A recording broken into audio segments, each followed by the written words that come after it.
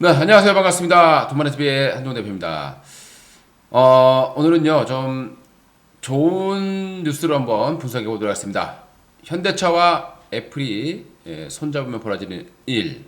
자, 그리고 세계 1위 기업들, 빅테크 기업들이 한국 기업에 구애를 하고 있는 그런 상황입니다. 한두 개가 아니다. 이렇게 판단되고 있고요.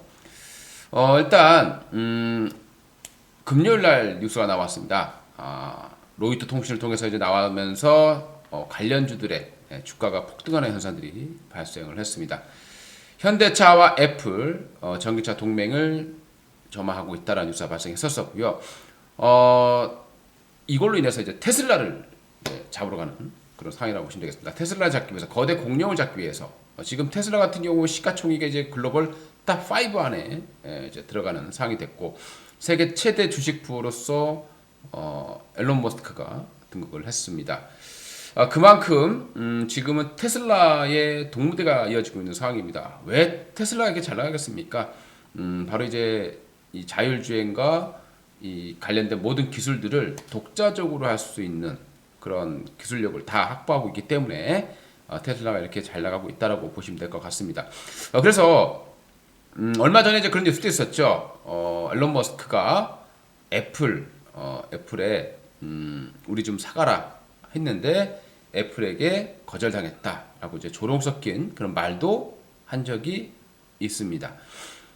어쨌든 2014년부터 아이폰 즉 애플 같은 경우는 자율주행을 본격적으로 개발하기 시작했었습니다. 그 이후에 자동차 산업을 하지 않을 거다라는 얘기를 했었습니다만은 본격적으로 이제 새로운 먹거리를 확장하기 위해서 이제 본격적으로 이제 사업에 뛰어들고 있는 그런 과정이 있다라고 보시면 되겠습니다. 자, 테슬라 일단 먼저 테슬라 보도록 하겠습니다. 현대차와 애플이 합치면 좋을 수밖에 없는 이유를 보도록 할 텐데요. 왜 시장이 이렇게 급등했는지를 어느 정도 알 수 있을 것 같습니다. 하지만 중요한 것은 이게 아직 정해진 것도 아니고요. 그냥 애플이 일단 하나의 몇 개 기업 중에 하나로서 현대차에게 구애를 한 겁니다. 키는 애플이 들고 있는 겁니다. 결과가 어떻게 될지 모르겠지만 업계에서는 현대차와 했을 때 가장 뭐 좋지 않을 거냐라는 어떤 예측을 하고 있다라고 보시면 될 것 같고요. 뭐 우리나라에서는 당연히 뭐 긍정적으로 바라볼 수 있는 내용이 될 겁니다. 왜 그런지에 대해서 하나씩 읊어보도록 하겠습니다. 현대차와 애플. 자, 현대차와 애플이 지금 협력을 한다고 했을 때 테슬라의 가장 큰 장점은요, 자율주행 쪽인데 이 테슬라 같은 경우 자율주행과 관련된 모든 기술 자체적으로 소프트웨어를 가지고 있고요. 그리고 이제 그 인공지능, 딥러닝 할 수 있는 그런 시스템도 다 보유하고 있는 상황이고, 그리고 특히 이제 테슬라 같은 경우는 라이다 없이, 라이다 없이 우리는 자율주행을 할 수 있다라고 장담을 하고 있는 상황입니다. 그리고 이 모든 것을 ECU부터 시작해서 하드웨어, 소프트웨어 모든 것을 전부 다 독자적으로 할 수 있는 기술력을 가지고 있는 업체가 바로 테슬라가 되겠습니다. 얼마 전에 테슬라 같은 경우 이제 완전 자율주행차를 일부 공개한 바 있습니다. 여기서 이제 완전 자율주행차라고 얘기했지만 실질적인 뭐 5단 레벨 5의 완전 자율주행차는 아니고요. 테슬라가 내세운 거는 이제 비보호 자회전, 뭐 그리고 이 차량이 왔을 때 중앙 위험할 때 보통 이제 중앙선을 뭐 침범하지 않습니까? 뭐 그렇게 중앙선을 침범해서라도 차량을 피할 수 있는 뭐 그런 기술이라던가 뭐 여러 가지 뭐 그런 부분에서는 상당히 강점을 가지고 있다라고 나오고요. 자동적으로 자율적으로 차선을 변경할 수 있는 뭐 그런 기술까지 가지고 있다라고 나오고 있습니다. 그리고 이제 테슬라는 통합 소프트웨어를 가지고 있고요. ECU가 단 3개밖에 들어가지 않습니다. 우리 이제 ECU라고 하면 자동차의 컴퓨터의 이제 CPU 역할을 하는 부분인데요. 보통 이제 자동차에 다 각자 있어요. 뭐 도어 쪽 따로, 여기 따로, 저기 따로 있어서 한 100여 개 들어가는 걸로 나오고 있는데 테슬라는 그걸 3개로 통합시켰기 때문에 이런 것들이 가장 큰 장점으로 뽑히고 있는 상황입니다. 근데 이런 기술 쪽에서는 아무래도 현대차라던가 이런 완성차 업체들은 뒤처질 수밖에 없는 거죠. 이제 소프트웨어만 개발해온 업체들과 자동차를 계속해서 개발해온 경우 누가 더 힘이 좋겠습니까? 앞으로 모빌리티가 이제 변화가 되는데 기존에 했던 완성차만 가지고서는 그런 테슬라라든가 뭐 구글, 애플 이런 기업들을 따라갈 수가 없는 겁니다. 이때 때마침 이제 애플이 먼저 손을 내밀었다. 아주 중요한 내용이 발표가 된 겁니다. 근데 아시다시피 테슬라의 가장 큰 문제점은 뭡니까? 지금 잘 나가고 있죠. 워낙 잘 나가고 있고. 하지만 완성차로서의 제조 경험이 부족했었어요, 그동안에. 그러다 보니까 뭐 내외에 대한 기술도 좀 부족했고, 지금도 내부를 보시면 조금 좀 실망스러울 정도로 내부는 조금 좀 단순한 그런 모습을 많이 하고 있고요. 그래서 최근에 이제 뉴스 나오고 보시게 되면은 이제 테슬라가 화재가 났는데 문이 안 열렸대요. 그리고 최근에 이제 테슬라 안전성 논란이 계속 불거지고 있는 그런 상황이고, 강제 리콜을 하라고 좀 시민단체에서 계속해서 농성하고 있는 그런 상황입니다. 그리고 이제 테슬라 급반진 논란도 있었고요. 중국에서는 서스펜션의 결함이 생겨서 3만 대를 리콜했다라는 내용도 있습니다. 그만큼 이제 완성차를 만들어보지 않았었던 기업이다 보니까 여러 가지 이제 문제점도 많이 있습니다. 그럼에도 불구하고 워낙 압도적인 그런 소프트웨어 기술을 갖고 있기 때문에 테슬라가 이렇게 지금 잘 나가고 있다고 보시면 되겠습니다. 자, 그러면 이제 우리가 아이폰과 현대차가 합작을 했을 때 아이폰에 바퀴를 달면 뭐 우리가 아이카라고 얘기를 합니다. 뭐 삼성도 갤럭시에 달면 되겠죠. 근데 삼성 같은 경우는 이제 독자적인 기술보다는 이제 다른 기술들을 많이 가져왔기 때문에 뭐 여러 가지 문제점도 있겠습니다만은 아이폰은 거의 대부분이 독자적인 기술을 많이 가지고 있습니다. 왜 현대차인가? 일단 현대차는 글로벌 5위의 생산 기반을 가지고 있고요. 그리고 이제 소프트웨어의 강자, 아이폰은 애플은 소프트웨어의 강자입니다. 현대차가 가질 수 없는. 그리고 애플은 가질 수 없는 또 자동차의 강자는 현대가 되겠습니다. 근데 왜 하필 현대가 또 이렇게 거론되고 있느냐? 뭐 폭스바겐, GM, 뭐 같이 BMW 뭐 다 지금 뭐 추진하고 있겠죠. 한쪽에다가만은 하진 않습니다. 특히 이제 현대차 같은 경우는 그동안에 약간 좀 전기차가 좀 미약했던 부분들이 뭐냐면 기존에 너무 기득권이 좀 강했습니다. 그래서 이번에 정의선 회장으로 이제 변경이 되면서 수장이 변경이 되면서 미래차에 대한 그런 박차를 가하는 모습들이 많이 나오기 때문에 이런 부분들도 어느 정도 점수를 좀 땄다라고 판단이 됩니다. 특히 아이폰 같은 경우, 애플 같은 경우는 당연히 자체 생산이 어렵습니다.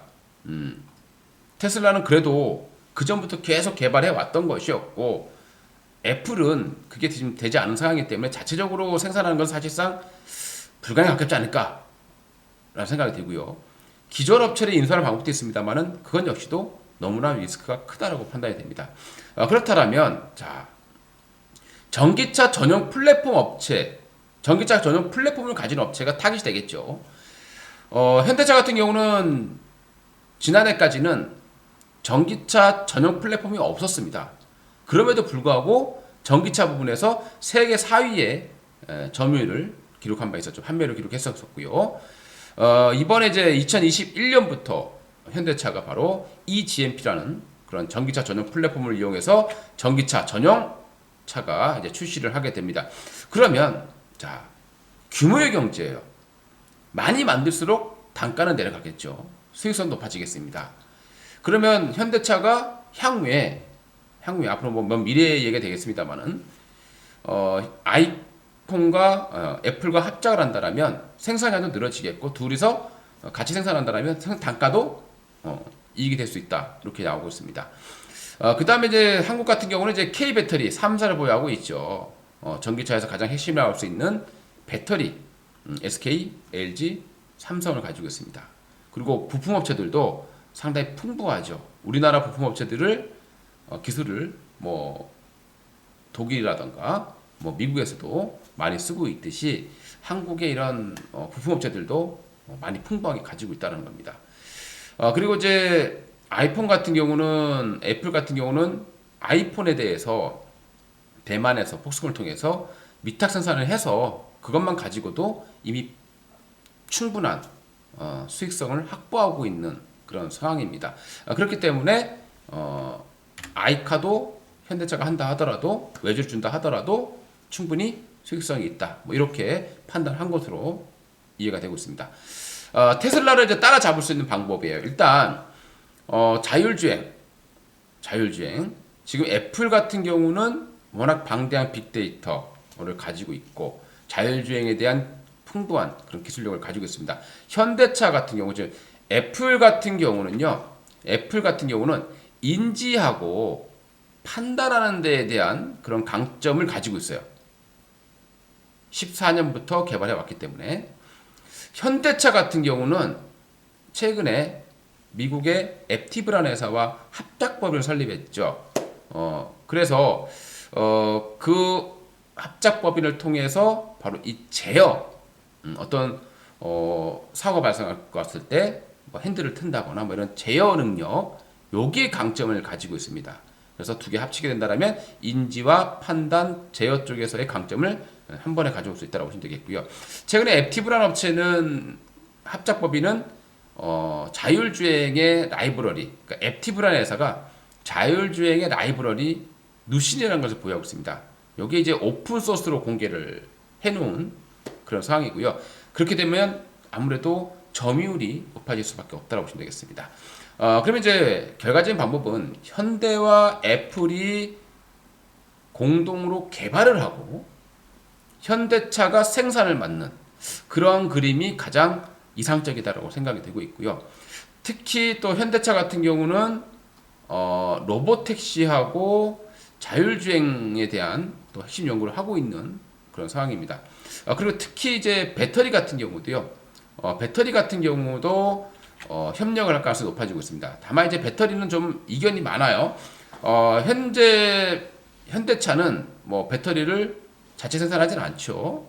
향후에 전고체 배터리를 개발하기 위해서 관련 업체에 투자를 했습니다. 협력하고 있는 상황이고요. 그런데 애플은 지금 밝힌 바로는 인산철 배터리를 쓴다라고 얘기를 하고 있습니다. 사실 이해가 안 가긴 합니다만은 어떻게 인산철 배터리를 쓰면서 그렇게 효율성 높은 전기차를 만들 수 있겠습니까? 그렇죠? 이거는 현재 상황이다라고 보시면 될 것 같고, 자, 그리고 비관론자들도 있어요. 빅테크 업체가 자동차로 온다. 절대 반가운 소리는 아니죠. 하지만 이게 현실이라면 다른 데에 뺏기는 것보다는 현대차와 같이 협력을 했을 때 현대차도 얻어올 수 있는 것이 있을 것이고 뭐 뺏기는 부분도 분명히 있지 않겠냐 생각을 합니다. 경쟁이 치열해질 수밖에 없는 그런 구도로 가고 있다고 판단이 되고요. 그리고 이제 폭스콘처럼 아이폰을 만들고 있는 폭스콘처럼 조립업체로 전략하는 거 아니냐 이런 우려가 있는데 이거는 뭐 제가 볼 때는 말도 안 될 것 같고요.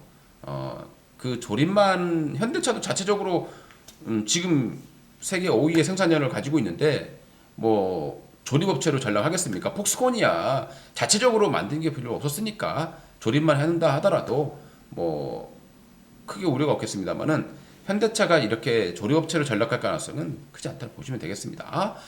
자, 그리고 이제 전기차에 대한 플랫폼을 판매하는 가능성도 있다라고 얘기 나오고 있습니다.